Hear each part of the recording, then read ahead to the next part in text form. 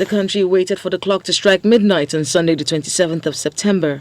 Organized labor in the country had threatened a nationwide strike action accompanied by massive protests across the country if the hike in fuel and electricity prices were not reversed by midnight of the 27th.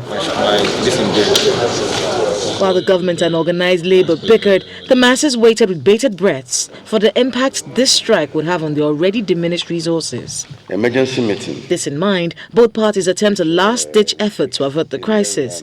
One more meeting after a series of protests, threats and court orders. As we sit here, it starts off a bit rocky with accusations and counter-accusations. At our last meeting, which the press described as deadlocked, I don't think it was deadlocked. I made it clear that we put proposals on the table, and the labor centers said they will go home and fine-tune those proposals to suit their own needs. Labor, because of the fact that we are passionate on this issue, particularly the hike in electricity tariff, you remembered we had to seek judicial pronouncement. And as I speak, we have a system judgment of the court, Federal High Court Lagos, that said the increase is illegal and therefore it should be set aside. It was wrong for government to have sponsored some people, good people of Nigeria, to protest at the Eagle Square or where Unity Fountain, that the labor movement should not go on strike. They go into a technical session excusing the media so they can properly iron out the details of their impasse. You can excuse us for maybe 30 minutes. At about 3 a.m. after hours of deliberations, both parties come to an understanding, signing an MOU which first of all suspends the planned strike action for 2 weeks, while a committee set up to look into justification for the hike in electricity tariff, and the government works on plans to revive the downstream sector.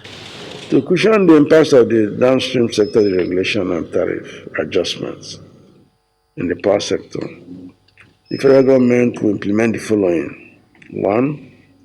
Specific amount to be unveiled by the federal government in 2 weeks' time and will be selected from the Economic Sustainability Program, ESP, Intervention Fund, and be assessed by Nigerian workers with subsequent provision for 240,000 of them benefiting under the auspices of NSC and TUC. The federal government will also facilitate the removal of tax on minimum wage as a way of cushioning the impacts of the policy on the lowest vulnerable persons.